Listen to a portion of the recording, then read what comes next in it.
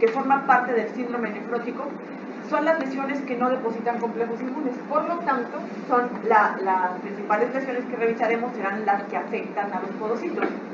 Recordando brevemente, los diferentes componentes que se revisan de manera sistemática en una biopsia, que son los glomérulos y tubulointersticios, los túbulos y el intersticio, y los vasos sanguíneos, la mayor parte de nuestro curso está enfocado a las glomerulopatías.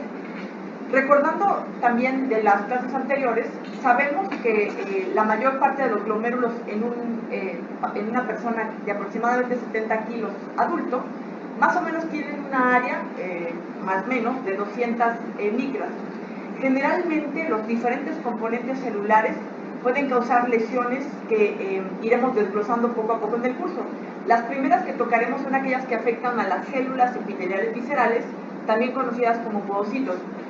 El glomérulo, que es probablemente la parte más importante de revisión en las biopsias, inicialmente es la base pues, de nuestro curso, las glomerulopatías, generalmente ocupa el 9% del volumen cortical y el 5% del peso total de los riñones.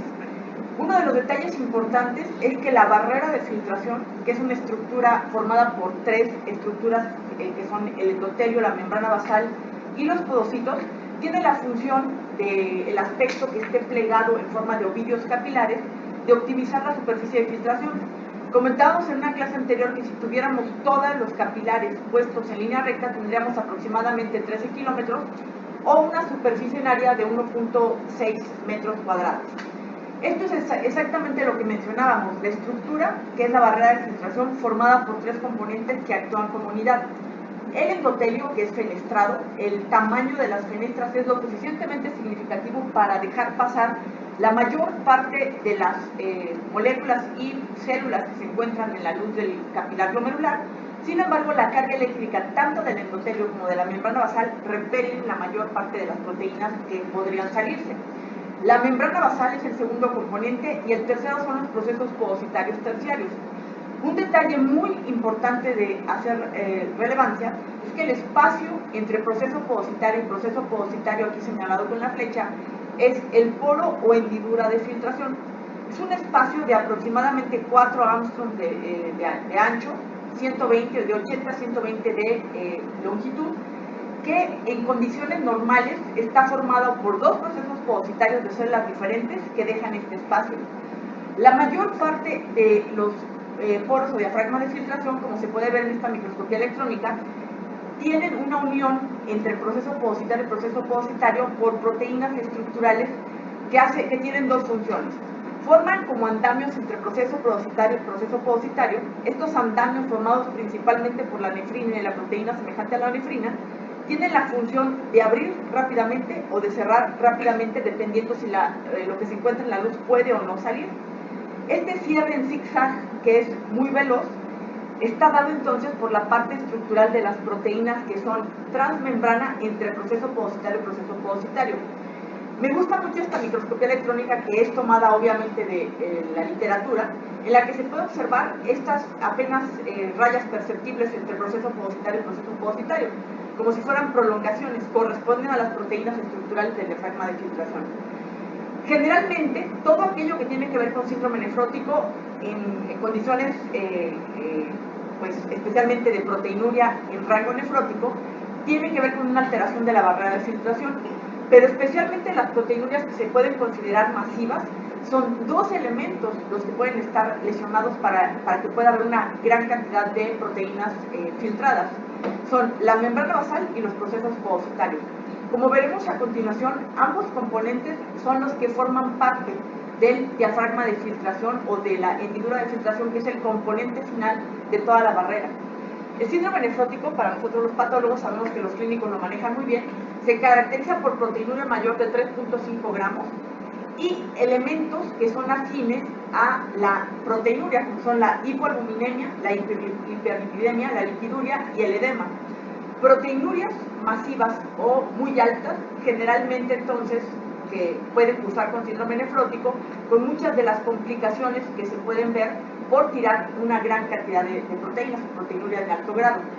Esto sucede más especialmente en los niños cuando tienen síndromes nefróticos con proteinurias muy elevadas.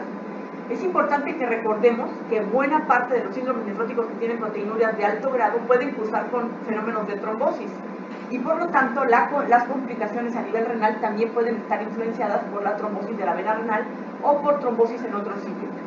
La pérdida masiva de proteínas condiciona la susceptibilidad a infecciones, altamente importante especialmente en los niños, pero un detalle muy significativo ocasionado por la proteinuria de alto grado actualmente que modifica mucho la evolución de algunas de las glomerulopatías que tradicionalmente no deterioran la función renal es la lesión renal aguda. La lesión renal aguda causada por proteinuria masiva, recuerden que los túbulos tienen un umbral de reabsorción citoplasmática. Cuando esté rebasado hay necrosis tubular aguda y lesión por pérdida del epitelio de revestimiento. Las complicaciones de la proteinuria, especialmente importantes en los niños, es la desnutrición. También es importante pues, en los adultos, sobre todo en aquellos que son mayores. La inmunosupresión y otros fenómenos de hipercoagulabilidad, como son la trombosis de la vena renal o las tromboembolias pulmonares. La base fisiológica principal de las proteinurias es casi siempre la pérdida de la carga eléctrica negativa de los componentes normales de la barrera de filtración. Uno de los componentes más importantes que da la carga eléctrica negativa a la barrera de filtración es el heparansulfato, que es uno de los 4 componentes principales de la membrana basal. La membrana basal, entonces, que es el componente intermedio entre el endotelio y el podocito de la barrera de filtración, está formada por colágeno 4, heparansulfato, que es el que da principalmente la carga eléctrica negativa, laminina y fibronectina. Las 3 proteínas, colágeno 4, laminina y fibronectina, tienen una función fundamental en la estructura propia de la membrana basal, pero especialmente es importante la laminina en la barrera de filtración, en el dominio de anclaje de los podocitos, como veremos a continuación. En condiciones normales, una microscopía electrónica a gran aumento nos permite distinguir las 3 capas que forman parte de la membrana basal: la lámina rara interna, la externa y una lámina media, que es la lámina densa. Un dato importante de la formación de la membrana basal es que la colágeno 4, todas las cadenas que forman parte de la colágeno 4 tienen una gran cantidad de aminoácidos de pequeño tamaño. Estos residuos, que son principalmente la prolina y la lisina, tienen una hidroxilación post-transcripcional que le da una enorme estabilidad a la molécula. Como son aminoácidos extraordinariamente chiquitos, la cadena es muy compacta y por lo tanto es de alta resistencia. Sin embargo, la resistencia de la membrana basal también está dada especialmente por otra proteína, que es la fibronectina. La membrana basal glomerular es modificable con respecto a la edad gestacional, a la edad postnatal y al género. Así, de esta manera, al nacimiento, un niño de término mide de espesor, su membrana basal, aproximadamente 150 nanómetros. A los 10 años, aproximadamente 300 nanómetros. Y a los 13 o 15 años alcanza el espesor de un adulto. En el adulto hombre, más o menos son 340 nanómetros, y en la mujer 320, 330. ¿Por qué es importante saber el espesor conforme a la edad? Porque especialmente alteraciones estructurales de la membrana basal o cambios constitutivos o adaptativos pueden modificar el espesor de las mismas y condicionar diagnósticos que se presten a diagnósticos diferenciales con el Alport y las membranas basales delgadas. Las cadenas de la colágena son producidas por los diferentes componentes de las células del ovillo capilar. De esta forma, una de las principales productoras de membrana basal es el endotelio. Este punto es muy relevante porque cuando hay una lesión con disfunción endotelial que ocasiona que se forme un segundo contorno, este segundo contorno, esta segunda membrana, está dada por la reendotelización hacia la luz, con la formación de una segunda membrana, que es el sustento de esas células que están reendotelizando. Otra célula que sintetiza cadenas de colágeno son las mesangiales y los podocitos. Hay que tomar en consideración que son 3 genes diferentes los que sintetizan las diferentes cadenas de la colágena. Esto será abordado con mayor extensión cuando se revise el Alport. El cromosoma X, el cromosoma 13 y el cromosoma 2. De esta manera, la mayor parte de las enfermedades conocidas como alteraciones estructurales de la membrana basal del tipo Alport pueden estar ligadas al cromosoma X, por lo tanto afectan a varones, pero hay que recordar que hay otros dos genes que sintetizan colágena y que por lo tanto es una enfermedad que también puede afectar a las mujeres. En condiciones normales, el podocito, que es la célula que nos empezará a ocupar en estas clases, es una célula muy sutil y muy discreta. Tiene un núcleo basófilo con muy escaso citoplasma. En condiciones normales, prácticamente es imperceptible, no porque no se pueda ver por microscopía de luz, sino porque sus características son muy sutiles. Cuando lo logro ver a mucho aumento, como en estos casos que es un 100 por, podemos ver que el podocito maduro tiene un citoplasma que es discretamente eosinófilo, pero en condiciones de proteinuria llega a vaporizarse de tal manera que adquiere un aspecto granular o espumoso. En los cortes de microscopía electrónica podemos observar que el podocito es una célula metabólicamente muy activa, tiene un núcleo muy importante de tamaño y tiene una enorme cantidad de organelos. La mayor parte de los organelos que estamos viendo aquí, si pueden alcanzarlos a ver, son mitocondrias y es retículo endoplástico. ¿Por qué? Porque es una célula que constantemente está sintetizando proteínas. Entre las proteínas más importantes que sintetiza y remodela constantemente el podocito, además de la colágena y para formar membrana basal, son las proteínas propias del diafragma de filtración. Muchas de estas proteínas son ensambladas y sintetizadas por el propio podocito, como veremos a continuación. De esta forma, hay varios esquemas para tratar de poner de manera clara cómo es que el diafragma o hendidura de filtración se forma o está constituido. Tenemos tres dominios muy importantes para el diafragma o hendidura de filtración.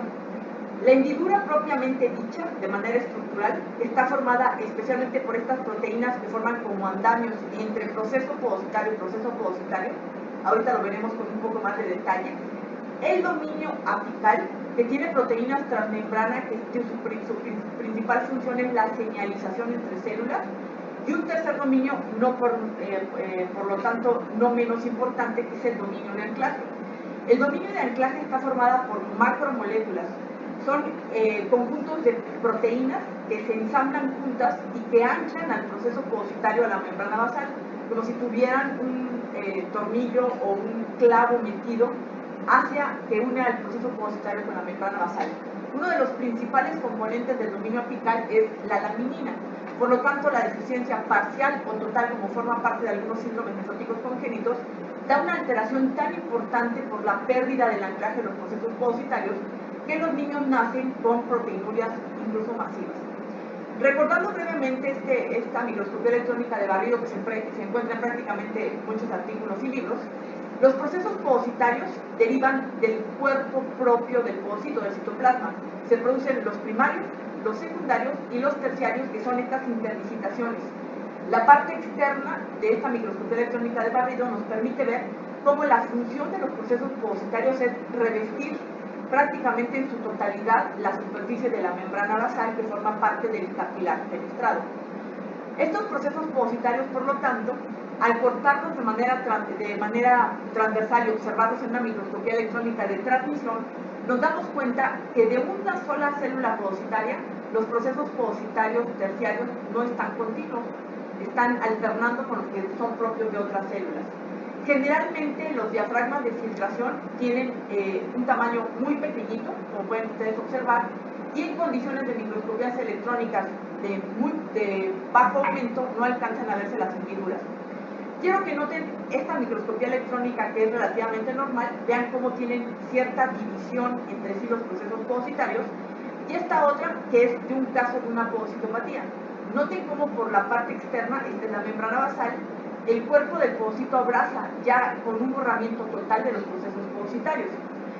Entonces, ¿qué enfermedades causan el síndrome nefrótico? Bueno, tenemos aquellas que se relacionan con el depósito de complejos inmunes, como son la glomérulopatía membranosa, algunas otras enfermedades por complejos inmunes que pueden dar proteinuria subnefrótica o en rango nefrótico, como es la nefropatía por IgA, las membranoproliferativas o enfermedades sistémicas que afectan al riñón. Pero tal vez una de las más importantes, porque no se relaciona con el depósito de complejos inmunes, es el grupo de enfermedades que conocemos como podocitopatías o enfermedades de las células del epitelio visceral. Las podocitopatías es un término que se ocupa para lesiones que afectan a los podocitos, ya sea de manera primaria o de manera secundaria, como veremos a continuación. Otras causas del síndrome nefrótico en el adulto, especialmente importantes en otras poblaciones que no son las latinas, es la glomerulopatía membranosa. La enfermedad de cambios mínimos es importante en adultos por arriba de los 60 años, las glomerulonefritis membranoproliferativas y las focales y segmentarias en nuestro medio de tipo secundario asociadas a procesos adaptativos como es, por ejemplo, la obesidad y la hipertensión. Una de las más importantes en Latinoamérica son las focales y segmentarias, que se consideran parte de las podocitopatías primarias. ¿Cómo es que se evalúa de manera pues, sistemática el síndrome nefrótico? Bueno, hay que caracterizar desde el punto de vista funcional al paciente y por lo tanto se solicitan laboratorios, se piensa en causas secundarias, por lo tanto una buena información clínica que incluya edad gestacional al momento del nacimiento y peso al nacer son datos muy importantes. Tal vez para los nefropediatras es bastante común solicitar o preguntar cuánto pesó el bebé, pero los nefrólogos de adultos lo omiten totalmente. Y si recordamos que una de las causas de focal y segmentaria es la oligonefromegalia, entenderemos que tiene mucha relevancia el peso o la edad gestacional al nacer. Les preguntaba yo la otra vez, ¿cuántos de ustedes son prematuros? Que lo sepan. ¿Quién sabe?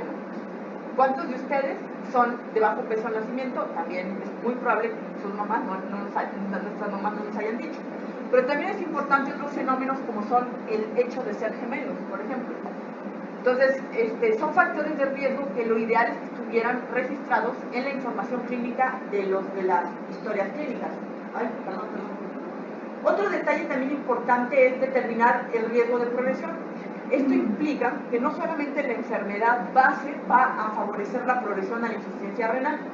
No es lo mismo tener un porcentaje de glomérulos perdidos por ser hipertenso y ser un paciente añoso y presentar una enfermedad de cambios mínimos, que tener una enfermedad de cambios mínimos en un niño menor de 5 años.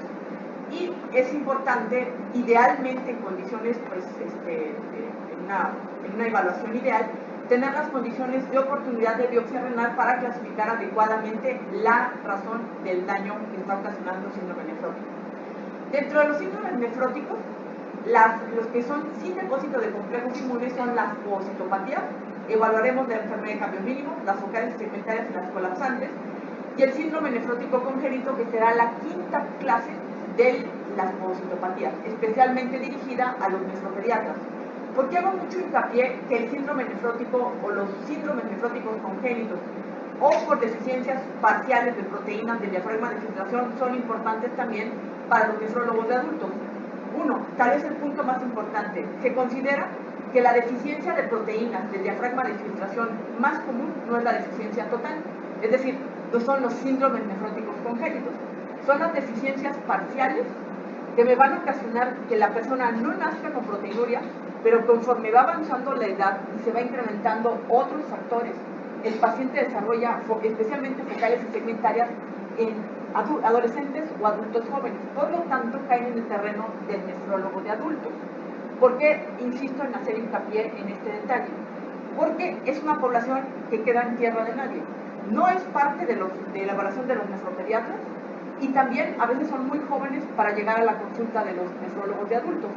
Y el nefrólogo de adultos frecuentemente no tiene la parte pues extensa de pensar en deficiencias parciales de las proteínas del diafragma de filtración que condicionen proteinurias focales y segmentarias de inicio más tardío. En la vida embrionaria, los riñones, ustedes saben, tienen ciertas características que los hacen muy peculiares, pero un detalle histológico muy importante es que la distribución de los glomérulos, que todos se originan inicialmente en una capa, es la capa principalmente pues, glomerular, que va a ocasionar que durante la embriogénesis tengan una distribución en este mesénquima que va a formar parte del intersticio. Cuando los glomérulos están detenidos en su evolución o en su maduración, tienden a quedar muy superficiales en el parénquima renal. De esta forma, los pacientes con oligonefromegalia generalmente tienen glomérulos de aspecto inmaduro en la parte superficial por debajo de la cápsula. Y otro detalle importante que los hace muy aparentes cuando son glomérulos inmaduros es que al observarlos con cuidado, generalmente no solo son pequeños, sino que también tienen un aspecto inmaduro de los podocitos. ¿Cuál es este aspecto inmaduro de los podocitos? Son estas células con escaso citoplasma, de un aspecto realmente muy primitivo, que forman estas famosas coronas podocitarias alrededor de los tobillos. Este cambio es importante porque ustedes lo escucharán frecuentemente descrito en los reportes de sus biopsias, ya que las podocitopatías en muchas ocasiones ocasionan que el podocito adquiera esta colocación o este aspecto que corona el ovillo capilar, frecuentemente recordando a la embriogénesis de los glomérulos. Otro detalle muy importante es que durante las diferentes etapas de la embriogénesis y de la maduración de los podocitos, los marcadores superficiales van cambiando, hasta llegar a los marcadores del podocito maduro, que será la célula terminal que formará parte de los glomérulos al momento del nacimiento. WT1 y otras proteínas, pero es muy importante que recuerden que varias de estas proteínas forman parte de la hendidura o diafragma de filtración.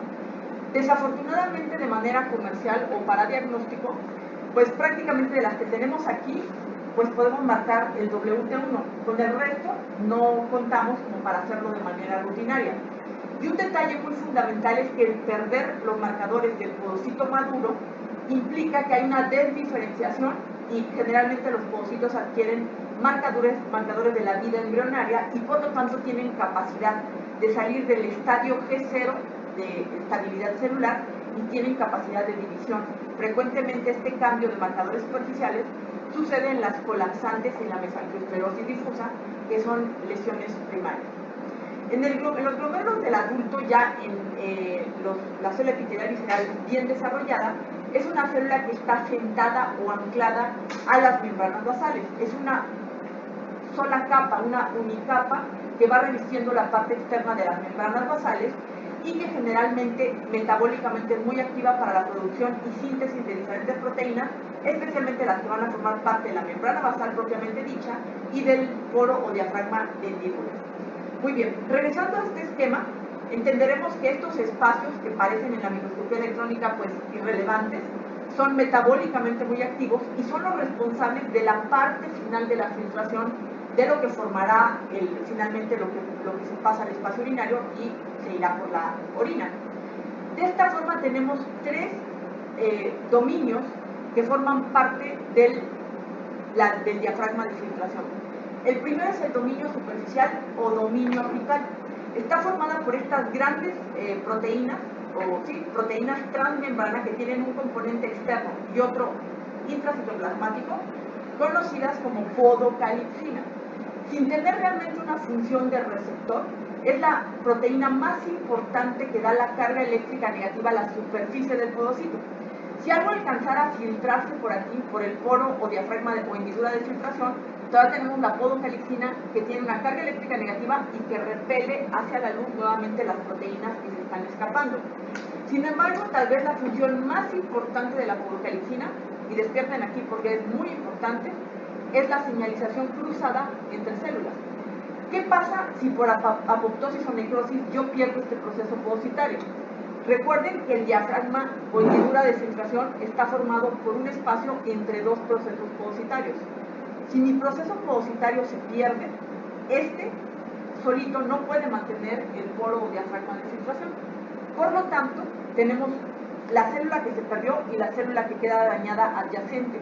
Esta célula tiene todas las capacidades de señalizar con las adyacentes para avisar que hay una parte de membrana basal despoblada de podocitos y que los podocitos residuales elonguen su cuerpo y se extiendan para rodear la membrana basal que quedó desprovista. Y esta elongación del cuerpo del proceso podocitario es el que hace que se pierdan los procesos podocitarios terciarios. Entre más pérdida de podocitos, por lo tanto, más lesiones segmentarias o más proteinuria por pérdida del diafragma de filtración. La podocalcina, noten ustedes cómo tiene una parte metida en el citoplasma del proceso podocitario. Está conectada con una proteína que es la estrina, es una proteína que forma parte del grupo de proteínas que son ensambladoras de citoesqueleto, de alfa-actinina y alfa-actina. Estoy segura que todas estas clases resultan un poco áridas, pero son muy importantes para entender el fundamento de las podocitopatías.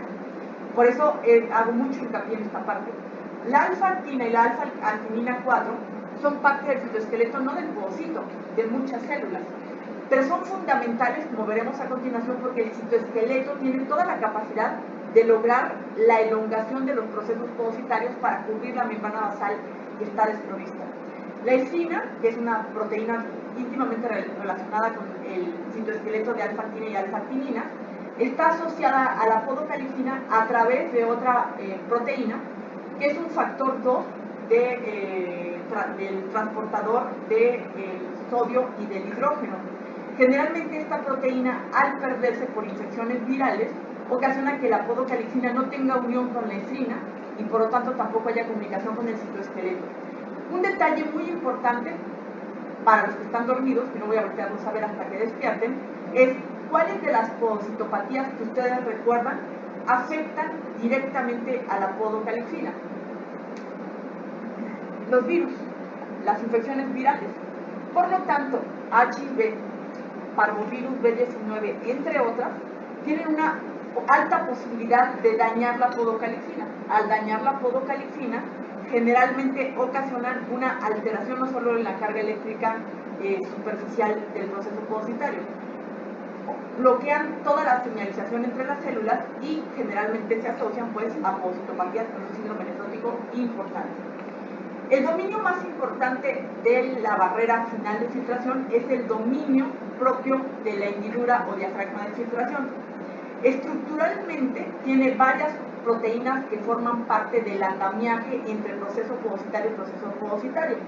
Sin embargo, las proteínas del diafragma de filtración no solamente son proteínas estructurales, hay muchas que son netamente funcionales. Un ejemplo característico es probablemente la podocina. Ustedes saben que hay síndromes nefróticos por deficiencias de podocina, es una proteína que es una ligadora entre la parte externa del diafragma de filtración, el espacio que está formado por estas proteínas estructurales, y la parte interna. Si ustedes observan con cuidado el esquema, la podocina está íntimamente ligada con el citoesqueleto de alfa-actina y de alfa-actinina. Por lo tanto, toda la señalización que conduce la podocina desde la parte externa en la hendidura de filtración hacia el citoesqueleto tiene una comunicación directa con la podocalicina. Y noten este detalle. Yo pierdo este proceso podocitario, por lo tanto se pierde la hendidura o diafragma de filtración. La podocalicina, entre otras de las proteínas ligadoras al citoesqueleto, manda una señalización para que a través del citoesqueleto y del citoplasma del podocito, la podocalicina superficial señalice a las células adyacentes de que este poro o diafragma de filtración se ha perdido. Por lo tanto, es muy importante no solo las proteínas estructurales, sino también las que son funcionales. Y una de las más importantes es la podocina. Otras proteínas que forman parte de la estructura son la nefrina y la proteína semejante a la nefrina. La pérdida total de la nefrina para los nefropediatras condiciona el síndrome nefrótico congénito de tipo finlandés. Sin embargo, hay deficiencias parciales de nefrina que no se van a manifestar como nefróticos congénitos, se van a manifestar como proteinurias nefróticas o síndromes nefróticos en adolescentes o adultos jóvenes con esclerosis focal y segmentaria. Entonces, la deficiencia de nefrina también puede ser una deficiencia parcial. Entonces, el diafragma o hendidura de filtración, y la última parte de los dominios es el dominio basal o de anclaje. Probablemente también tiene una función muy relevante. Son grupos de proteínas, no es una sola, son complejos de proteínas, dentro de las cuales la laminina es una de las más importantes para anclar al proceso podocitario. La laminina forma parte de la membrana basal y es el sitio de anclaje para muchos de estos conjuntos de proteínas que forman parte como del clavo que va del proceso podocitario a la membrana basal. Yo les hacía en la mañana a los de cardiología la analogía, algunos de ustedes les han puesto un implante dental. Lo primero que hacen es meterles un clavo al hueso, y ya que el clavo al hueso está solidificado, les ponen la corona. Más o menos así funcionan las proteínas de anclaje. Forman como una unión anclada totalmente en la estructura propia de la membrana basal. Por lo tanto, ¿qué enfermedades harán que mis proteínas de anclaje se pierdan fácilmente? Pues aquellas en las que no está la laminina, por ejemplo en el síndrome nefrótico congénito, en varios de los síndromes nefróticos congénitos, especialmente en algunas variedades de mesangiosclerosis, y la deficiencia de los complejos de proteínas que forman parte de ese clavo que une al proceso positario con la membrana. Recordar que en animales de experimentación la megalina, que se ve aquí en amarillo, era un componente importante para explicar el modelo experimental o Nephritis de Heymann de la glomerulopatía membranosa. Actualmente sabemos que el humano en esta localización no tiene megalina, por lo tanto no era la forma de explicar la glomerulopatía membranosa primaria. A raíz de esta descripción se hizo la búsqueda del PLA2R, bueno, no como el PLA2R, de la proteína que era responsable de las glomerulopatías primarias. Para los patólogos, esta proteína es bastante frecuente para marcación. ¿Qué proteína es y para qué sirve? La podoplanina. ¿Cuál? ¿Y para qué sirve? Para marcar qué? Vasos linfáticos, pero forman parte de otras estructuras, como por ejemplo, nada más y nada menos que del dominio apical. Juntando los tres dominios, tenemos más o menos esto esquematizado. La hendidura o diafragma de exfiltración con muchas proteínas que son verdaderamente estructurales. Proteínas como la podocina y otras que forman parte de la señalización entre la parte estructural externa a los procesos podocitarios y al citoplasma y al citoesqueleto de alfa-actina. Y las proteínas superficiales como son la sinaptopodina, ya estoy cambiando el nombre, entre otras. Un detalle importante es que entonces el podocito es una célula rica en citoesqueleto, pero no solamente la actina es importante y la alfa-actinina, la tubulina y la citoqueratina son importantes. Y frecuentemente la mayor parte, todos los podocitos de manera normal van a expresar el WT1. Por lo tanto, un buen marcador de un podocito maduro, relativamente normal, es la presencia de WT1 en el podocito, no en otras partes. Las células epiteliales viscerales, además de organelos, tienen vacuolas de reabsorción. La vacuola no es una estructura como los organelos, que tienen una estructura propia. Generalmente estas vacuolas de reabsorción pueden ser proteínas o pueden ser lípidos.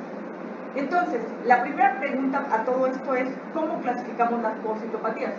Jorgito, ¿cómo las clasificas tú? Hay varias clasificaciones. ¿Cuál ocupas tú?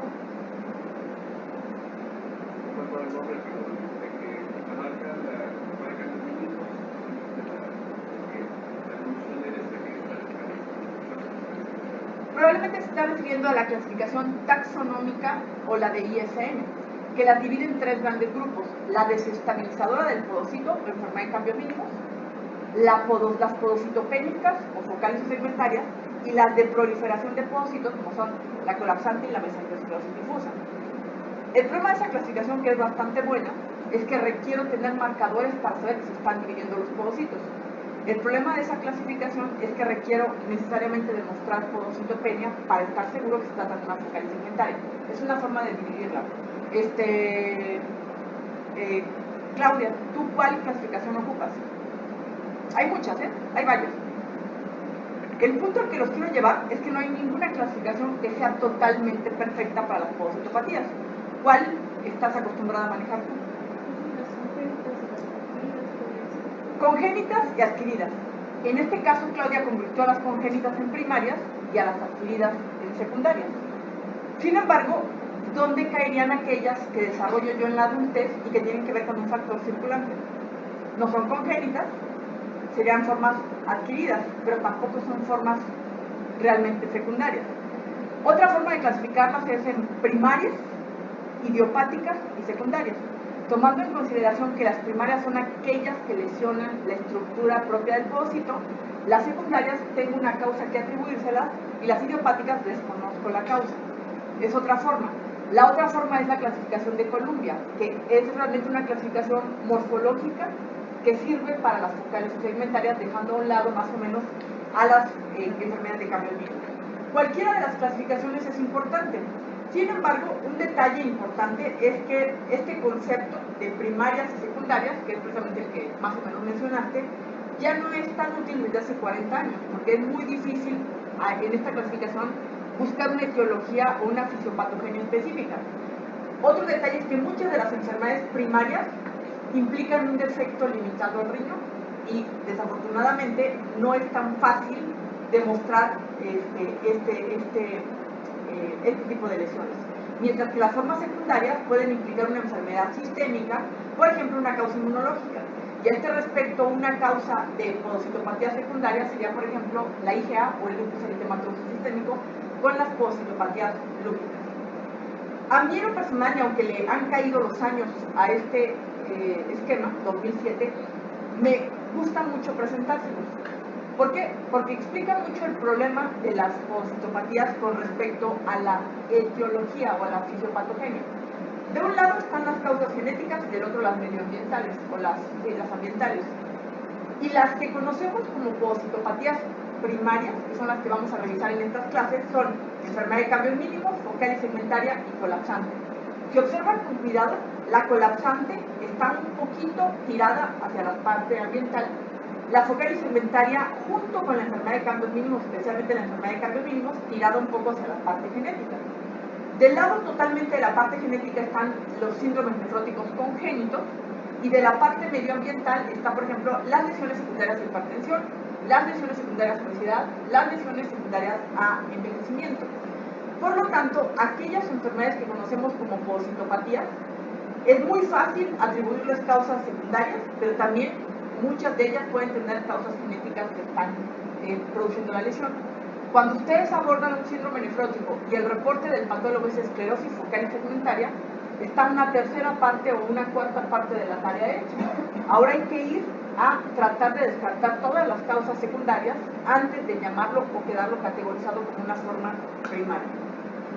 Otra forma es en aquellas que afectan una clasificación netamente morfológica, las que afectan a los glomérulos de manera segmentaria o los que afectan de manera global, las que son adquiridas y las que son hereditarias, que era la que decía Claudia.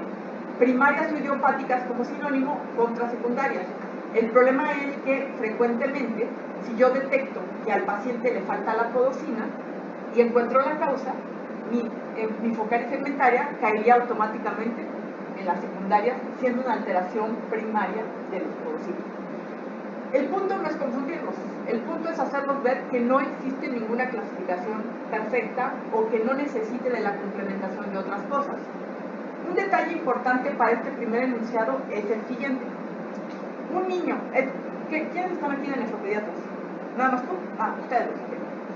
Un niño de 3 años de edad, con lo que parece una enfermedad de cambios mínimos, pero en su biopsia de 10 glomérulos tiene 2 glomérulos con esclerosis global, ¿qué enfermedad tiene? ¿Enfermedad de cambios mínimos? No.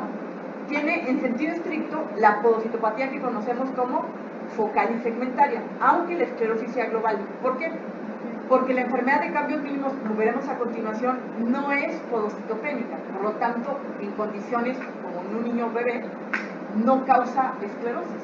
Y aunque la esclerosis sea global, el término al que estamos refiriéndonos de entidad sería una focal y segmentaria.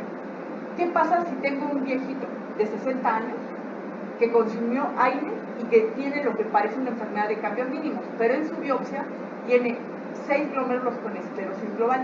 ¿Aplica la misma posibilidad? No, porque hay que recordar que la esclerosis global puede ser parte del envejecimiento y la edad es directamente proporcional al número de glomérulos con esclerosis global. En este caso en particular, y con la presencia de esclerosis global, aún así podría tratarse de una enfermedad de cambios mínimos. Todas las podocitopatías generalmente ocasionan el borramiento de procesos podocitarios. Y a este respecto había una clasificación que decía: las primarias tienen borramiento de forma difusa de los procesos podocitarios, las secundarias de borramiento parcial de procesos podocitarios. Tampoco es del todo real. ¿Por qué? Porque la obesidad, especialmente la forma mórbida, ocasiona una obliteración difusa de procesos podocitarios. Y la enfermedad de cambios mínimos y las puntas que han recibido tratamiento con esteroides pueden tener cierta reversión del borramiento de procesos podocitarios. Entonces tampoco es una clasificación que sea del todo contundente.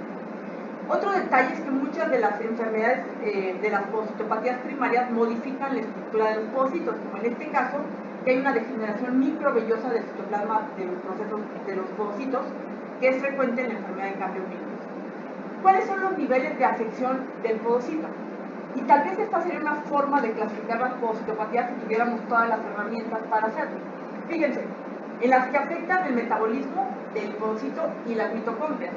¿Se acuerdan? A lo mejor algunos tuvieron la oportunidad de ver una mitocondriopatía que se presentó en el Long Com de cardiología.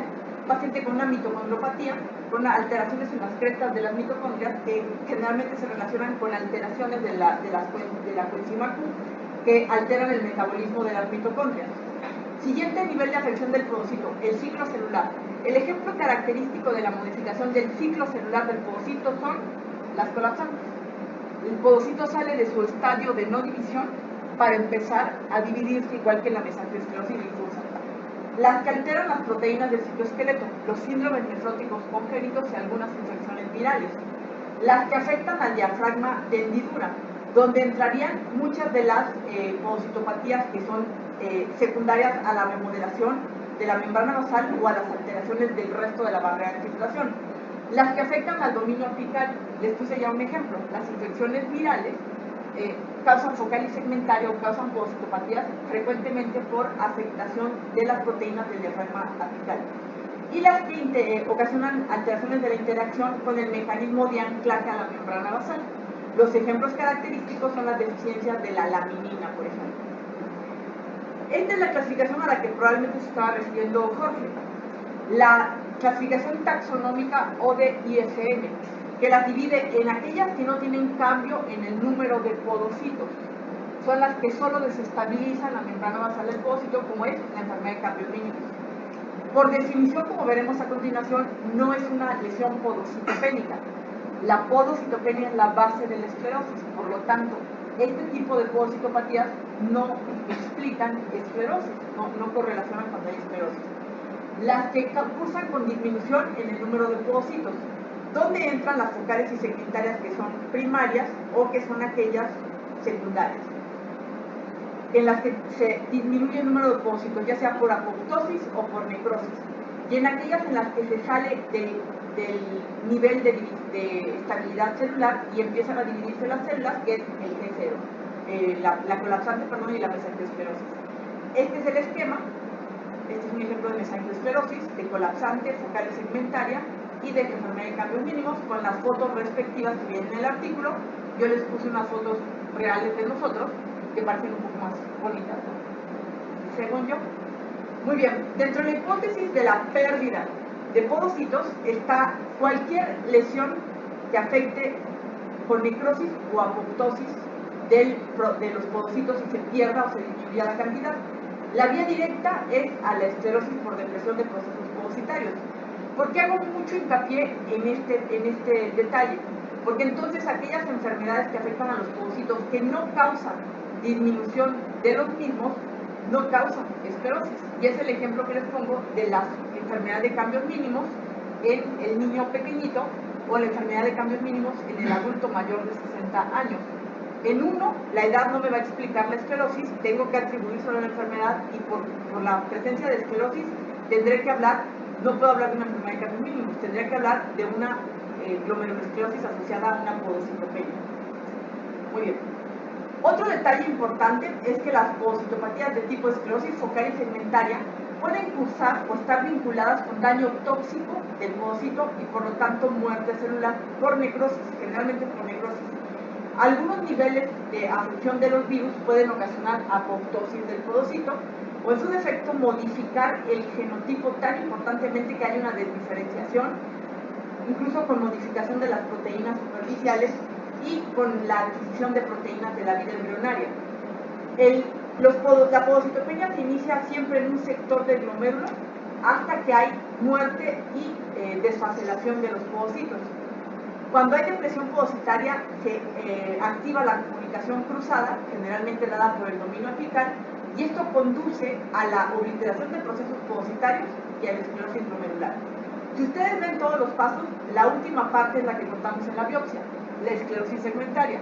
Por lo tanto, si yo tuviera la posibilidad de tener una biopsia y demostrar cualquiera de estos fenómenos previos a la esclerosis, tendría la fisiopatogenia de una focalis segmentaria, a pesar de que no hubiera lesiones esclerosantes focales y segmentarias en la biopsia.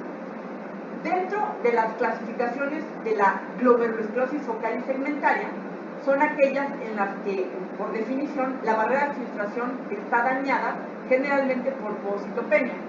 En las focales y segmentarias implica, muchas ocasiones hay una susceptibilidad genética, por eso se cree que la población afroamericana y en general los latinoamericanos somos más susceptibles a las focales y segmentarias, pero también se ve directamente afectada por factores externos: hipertensión, obesidad, diabetes mellitus y muchas lesiones, por ejemplo, de tipo tóxico o medioambientales que pueden afectar directamente a la maduración y al ovocito propiamente dicho.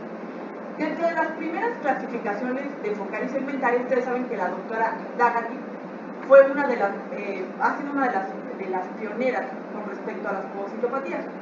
Esta es una de las clasificaciones más utilizadas que dio o que estaba basada o dio base a la clasificación morfológica de Columbia, en la que se dividía en formas primarias, sinónimo de idiopáticas, y formas secundarias.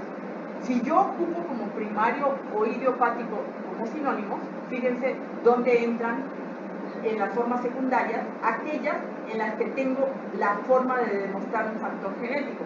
Por ejemplo, los síndromes nefróticos congénitos. Si yo puedo secuenciar y darme cuenta que falta el gen que sintetiza la nefrina, en sentido estricto estoy ante una forma secundaria, aunque se trate de un síndrome nefrótico congénito. Mientras que muchas que son formas adaptativas, en las que no puedo darme cuenta de la causa real de la enfermedad, las voy a terminar clasificando como formas primarias o idiopáticas.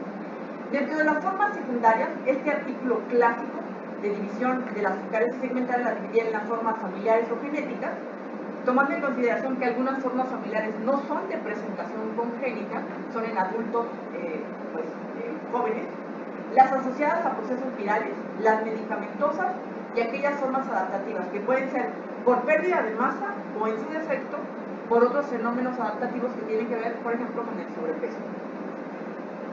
Específicamente de la enfermedad de cambios mínimos, hay causas que se consideran secundarias. Así como en los niños menores de 5 años es frecuente las formas primarias, en los adultos mayores de 60 años son más frecuentes las causas secundarias. Fármacos. AINES es probablemente ahorita el principal medicamento que se asocia a enfermedad de cambios mínimos. Alergenos, especialmente importante pues en personas que tienen susceptibilidad para este tipo de mecanismos. Y un detalle muy importante es que el diagnóstico de una enfermedad de cambios mínimos en un adulto también debe obligar a excluir causas neoplásicas, como son los procesos linfoproliferativos.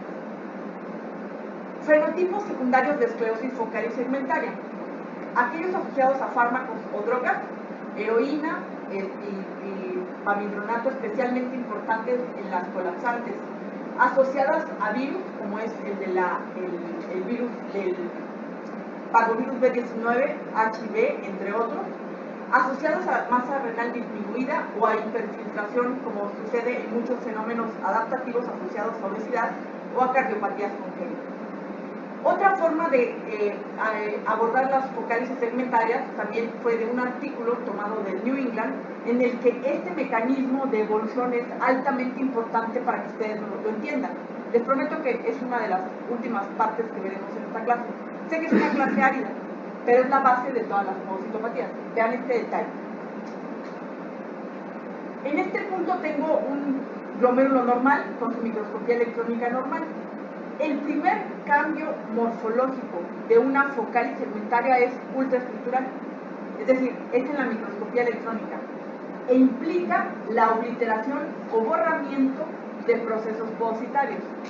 El segundo paso es la podocitopenia, la pérdida de los podocitos. Si estos dos cambios son por ultraestructura, entenderán este detalle muy importante. El tercer cambio que se produce aquí en la microscopía electrónica y aquí en la microscopía de luz ya visible es la esclerosis. Por lo tanto, yo tengo, antes de que se presente la esclerosis, que puede ser visible en la microscopía de luz, tengo podocitopenia y borramiento de procesos poocitarios. Los primeros cambios son netamente ultraestructurales, por lo tanto, biopsias con un muestreo subóptimo, biopsias de conglomerados muy superficiales, tomando en consideración que los primeros que se dañan morfológicamente son los yuxtamedulares, o biopsias de podocitopatías tomadas temprano, es posible que la lesión morfológica a nivel de la biopsia renal no sea visible. Por lo tanto, tomen en consideración y pongan mucha atención a esto. ¿Qué pasaría si yo tomo una biopsia de una focal segmentaria en estadios tempranos?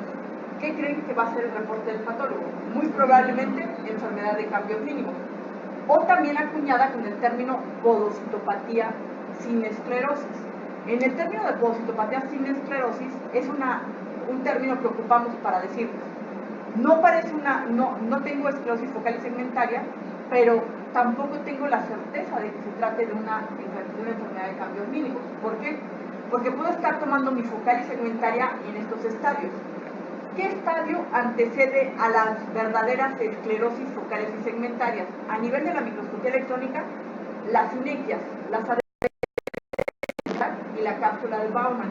Estas sinequias se presentan o adherencias por pérdida de las cargas eléctricas, generalmente en relación con podocitopenia. Por lo tanto, si yo empiezo a encontrar constantemente sinequias entre la cápsula y el ovillo, es muy probable que, a pesar de que no haya esclerosis focal y segmentaria, esté ante una podocitopatía sin esclerosis con características de la enfermedad que se conoce como esclerosis focal y segmentaria, a pesar que la microscopía de luz no pueda demostrar el cambio característico. Por eso ustedes podrán leer muchas veces en sus reportes, hay 5 lesiones segmentarias sin esclerosis que ocasionan sinequias entre los ovillos y la cápsula de localización en la punta glomerular. Y el diagnóstico es podocitopatía sin esclerosis sugerente de enfermedad de focal y segmentaria variedad de la punta. Ese es un ejemplo. ¿Cómo podría yo corroborar esto? Bueno, sometiendo mi tejido a microscopía electrónica para demostrar la vía contraria, la podocitopenia, la obliteración difusa de procesos podocitarios, pero aquí hay también un bemol para esta responsabilidad para la microscopía electrónica. La podocitopenia no es demostrable de manera constante en todos los cortes que se obtienen para microscopía electrónica. Entonces, el que yo no encuentre podocitopenia en un campo muestreado para microscopía electrónica tampoco le excluye. Entonces, la pregunta básica para ustedes los nefrólogos es: ¿cuál es la real distinción entre una primaria y secundaria? A veces solamente la revisión completa del paciente, quien tiene la verdad absoluta, no es necesariamente la histología, es el paciente con todos los estudios de extensión. Y lo que dice, bueno, se menciona frecuentemente luego, es a veces ante el diagnóstico de una focal segmentaria, si uno ve proteinurias nefróticas o altas y da tratamiento como una enfermedad primaria y hay pues reversión o respuesta, pues es muy probable que se trate precisamente de eso. Pero como no se trata de excluir de la biopsia el diagnóstico, les presentamos todos los detalles para apoyar la posibilidad de una focal segmentaria, incluso en ausencia de lesiones esclerosantes focales segmentarias. Las podocitopatías focales segmentarias primarias que conocemos como esclerosis focal segmentaria, muy probablemente muchas que llamamos primarias, o desafortunadamente también como sinónimo de idiopáticas, están en relación con factores circulantes no identificados del todo. Esto será visto con más detalle en la clase de focal segmentaria. Generalmente son procesos difusos, generalmente. Y generalmente, si yo reviso la electrónica, voy a encontrar una alteración difusa de procesos podocitarios, de más del 80% de los mismos. La microscopía electrónica tiene el detalle de que el muestreo es limitado a una zona o a pocas asas y por lo tanto no me permite un muestreo extenso como pudiera ser en la microscopía de luz con más áreas revisadas. La glomerulosclerosis focal y segmentaria que consideramos secundaria puede tener causas genéticas, causas virales, medicamentos, masa renal disminuida, obesidad, hipertensión u otras alteraciones, dentro de las cuales podemos incluir procesos proliferativos de glomerulonefritis que han cicatrizado con esclerosis focal y segmentaria.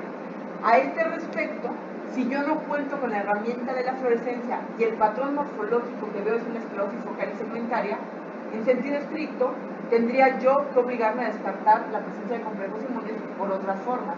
¿Por qué? Porque algunas enfermedades por complejos inmunes ya en estadios cicatriciales me dan un patrón de esclerosis focal y segmentaria. Las que son hereditarias del total de las podocitopatías corresponden al 5%, nada más.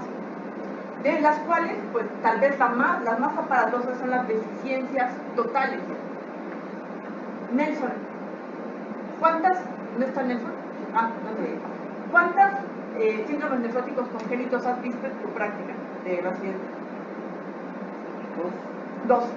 No son tan comunes, estás en un centro de referencia de nefropediatría.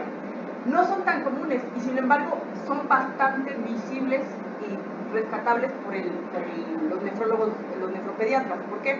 Porque los cuadros clínicos son muy aparatosos y abruptos. Pero ahora tomen en consideración una deficiencia parcial del 40% de la nefrina. No se va a manifestar al nacimiento, no se va a manifestar en la niñez, se va a manifestar en la adolescencia o en el adulto joven. Por lo tanto, no le va a llegar a Nelson, que conoce muy bien las deficiencias de nefrina. Le va a llegar a los nefrólogos de adultos, por lo tanto, es importante que de alguna forma también manejen este grupo de deficiencias congénitas de proteínas del diafragma del filtrazón. La deficiencia de podocina es la causa más frecuente de focal y segmentaria familiar en adultos y adolescentes jóvenes. Las deficiencias de alfa-actinina y alfa-actina 4 pueden darme focales y segmentarias autosómicas dominantes de inicios tardíos. Así es que hay focales y segmentarias por deficiencias de alfa-actinina en adultos hasta de 50, 60 años publicadas. Muy bien, dentro de los patrones de lesión glomerular, de los 11 que no sabemos, las podocitopatías, ¿qué patrones me pueden dar? Pues el patrón de alteraciones glomerulares mínimas, el patrón de esclerosis focal y segmentaria, y ojo con esto, tengo una podocitopatía que se llama esclerosis focal y segmentaria, variedad celular y variedad de la punta, cuyo patrón morfológico es el proliferativo endocapilar, que como afecta a pocos glomérulos, generalmente es un proliferativo endocapilar focal. Entonces, una cosa es la entidad, otra cosa es el patrón morfológico. Aquí nos vamos a quedar. La siguiente clase será toda enfocada a enfermedad de cambios mínimos y a la primera parte de esclerosis focal y segmentaria.